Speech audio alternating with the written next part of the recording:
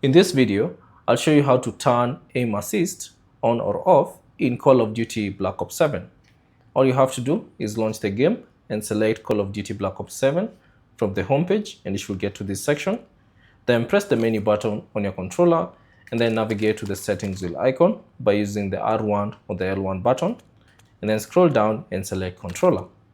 Now within the controller section, use the R1 and the L1 button and navigate to the aiming section, and then scroll down and you should find the aim assist option. So there's two of them. So there's the target aim assist and the ADS aim assist. So if you want to enable or disable them, simply find the one that you'd like to enable or disable. So for me, the target aim assist is enabled. So to disable it, simply select that option and that will disable it. You can do the same for the ADS, simply select it and that should disable it. If you want to enable it, simply select the option that you'd like to enable, and that should enable the aim assist on Black Ops 7. Thanks for watching, and I'll see you on the next one.